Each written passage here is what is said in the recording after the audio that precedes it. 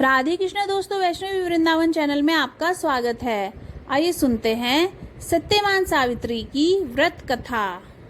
दोस्तों, ज्येष्ठ मास की अमावस्या को वट सावित्री व्रत मनाया जाता है। इस दिन वट वृक्ष की पूजा की जाती है। कहा जाता है कि वट वृक्ष की जड़ों में ब्रह्मा, तने में भगवान विष्णु व डालियों व पत्तियों में भगवान शिव का निवास स्थान माना जाता है। आइए सुनते हैं सत्यवान सावित्री की पौराणिक व्रत कथा। भद्र देश के एक राजा थे जिनका नाम अश्वपति था। भद्र देश के राजा अश्वपति के कोई संतान नहीं थी। उन्होंने संतान की प्राप्ति के लिए मंत्रोच्चारण के साथ प्रतिदिन 1,00,000 आहुतियां दी। 18 वर्षों तक यह काम जारी रहा। इसके बाद सावित्री देवी ने प्रकट होकर वर दिया कि राजन, तुझे एक तेजस्वी कन्या पैदा होगी। सावित्री देवी की कृपा से जन्म लेने के कारण से कन्या का नाम सावित्री रखा गया। कन्या बड़ी होकर बेहद रूपवान हुई।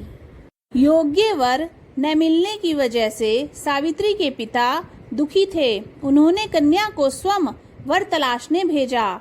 सावित्री तपोवन में भटकने लगी। वहां साल्व देश के राजा धूम्रसेन रहते थे।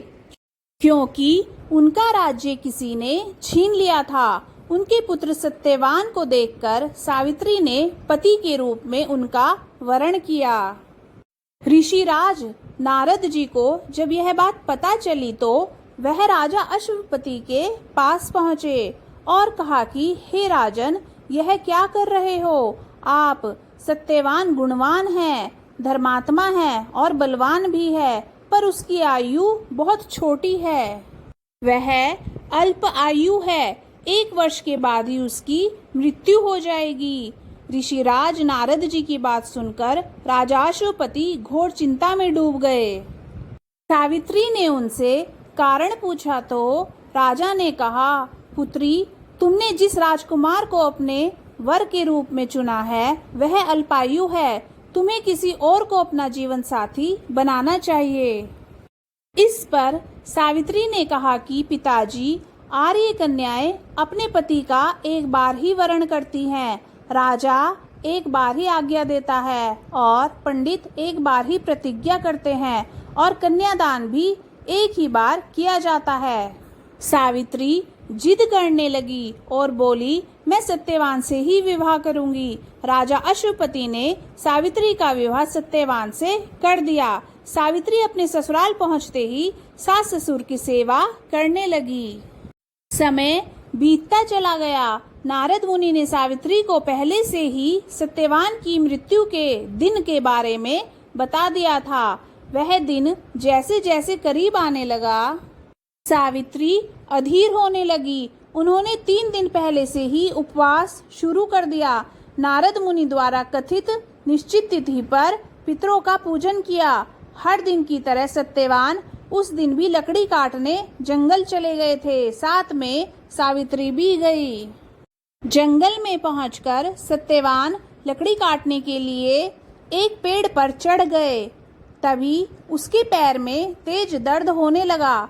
दर्द से व्याकुल सत्यवान पेड़ से नीचे उतर गए। सावित्री अपना भविष्य समझ गई। सत्यवान के सिर को गोद में रखकर सावित्री सत्यवान का सिर सहलाने लगी। तभी वहां यमराज आते दिखे। यमराज अपने साथ सत्यवान को ले जाने लगे। सावित्री भी उनके पीछे पीछे चल पड़ी। यमराज ने सावित्री को समझाने की कोशिश की कि यही विधि का विधान है, लेकिन सावित्री नहीं मानी। सावित्री की निष्ठा और पति परायणता को देखकर यमराज ने सावित्री से कहा कि हे देवी, तुम धन्य हो, तुम मुझसे कोई भी वरदान मांगो। सावित्री ने कहा कि मेरे सास ससुर वनवासी और अंधे हैं, आप उन्हें दिव्य ज्योति प्रदान करें। यमराज ने कहा, ऐसा ही होगा, जाओ, अब लौट जाओ। लेकिन सावित्री अपने पति सत्यवान के पीछे पीछे चलती रही। यमराज ने कहा, देवी, तुम वापस जाओ। सावित्री ने कहा, भगवान, मुझे अपने पति देव के पीछे पीछे चलने में कोई परेशानी नहीं है, पति के पीछे चलना मेरा कर्तव्य है। यह सुनकर उन्होंने फिर से उसे एक और वर मांगने को कहा। सावित्री बोली, हमारे सास ससुर का राज्य छिन गया है, उसे पुनः वापस दिला दें। यमराज ने सावित्री को यह वरदान भी दे दिया और कहा, अब तुम लौट जाओ। लेकिन सावित्री पीछे पीछे चलती रही। यमराज ने सावित्री को तीसरा वरदान मांगने को कहा। इस पर सावित्री ने 100 संतानों और सौभाग्य का वरदान मांगा। यमराज ने इसका वरदान भी सावित्री को दे दिया।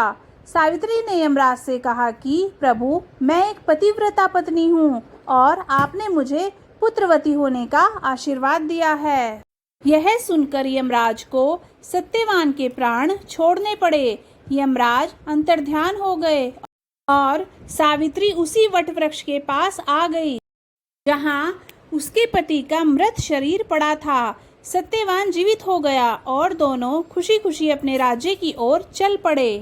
दोनों जब घर पहुंचे तो देखा कि माता पिता को दिव्य ज्योति प्राप्त हो गई है। इस प्रकार सावित्री सत्यवान चिरकाल तक राज्य सुख भोगते रहे। दोस्तों, यह थी सत्यवान सावित्री की व्रत कथा। अगर आपको ये वीडियो अच्छी लगी तो वीडियो को लाइक कीजिए, चैनल को सब्सक्राइब कीजिए और कमेंट बॉक्स में राधे राधे जरूर लिखिए। राधे राधे।